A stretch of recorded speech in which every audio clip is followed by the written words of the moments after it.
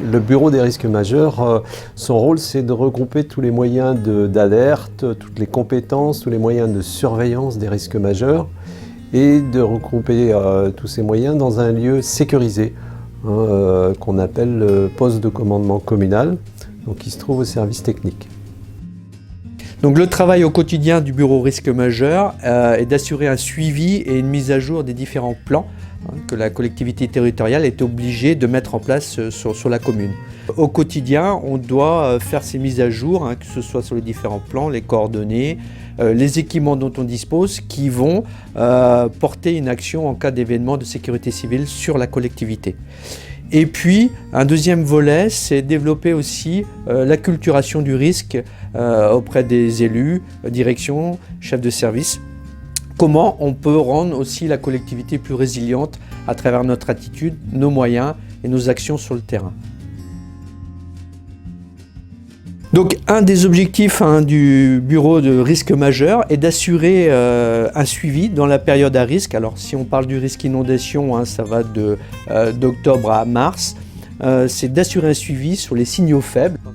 Par exemple, quand on parle du risque inondation, eh bien, on peut surveiller sur plusieurs jours. On a différents outils.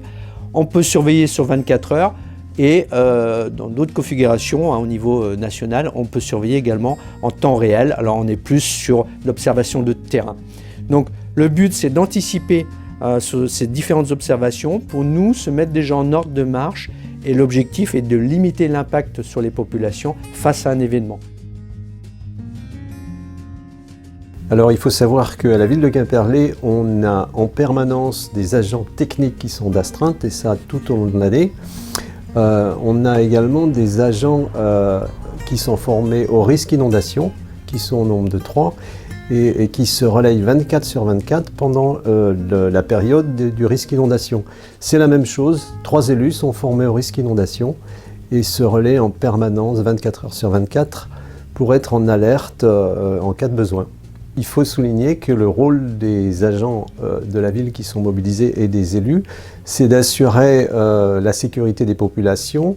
Donc en période des crises, les agents et les élus sont sur le terrain, répondent aux questions, participent aux interventions éventuelles des services et sont présents sur le terrain, tout comme les pompiers et la police municipale.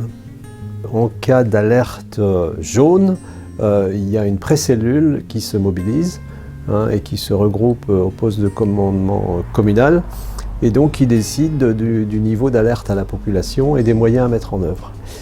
Quand on passe en vigilance orange, c'est la cellule de crise qui se regroupe et donc là, au-delà des agents de la ville,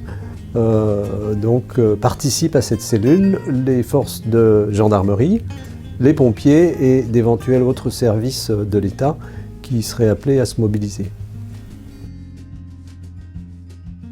L'État a défini 3 niveaux de vigilance, donc jaune, orange et rouge. Donc la vigilance jaune, ça veut dire rester attentif. Il peut se produire des phénomènes météo dangereux. Quand on est en vigilance orange, soyez très attentifs, les phénomènes météo dangereux sont certains. Et quand on est en vigilance rouge, c'est vigilance absolue. Ce sont des risques majeurs qui sont prévus et qui sont sûrs d'arriver. Par exemple, pour ce qui concerne les inondations à Quimperlé, vigilance jaune, ce sont des phénomènes qui arrivent 2 ou 3 fois par an. En gros, l'eau passe au-dessus des quais, mais à des hauteurs raisonnables. Orange, c'est un phénomène qu'on a connu au réveillon 2022, où là, l'eau est passée par-dessus les barrières anti-inondation. Et un exemple d'alerte rouge, c'est les épisodes qu'on a connus en 2013-2014 ou en 2000. La ville de Quimperlé met à disposition aussi des riverains cette plateforme d'alerte aux populations face à un événement de sécurité civile. Là, en l'occurrence, on parle des inondations.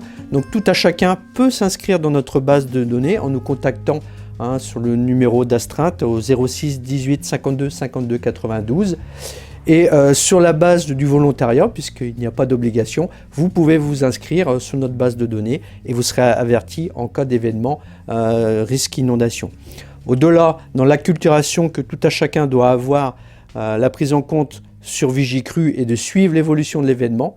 On invite également les personnes en zone inondable à suivre l'événement, à s'informer, ou également un numéro vert qui est mis à disposition par la commune de Quimperlé, le 0800 820 829, qui vous permet de savoir en temps réel quelles sont les actions engagées par la collectivité de Quimperlé face à l'événement.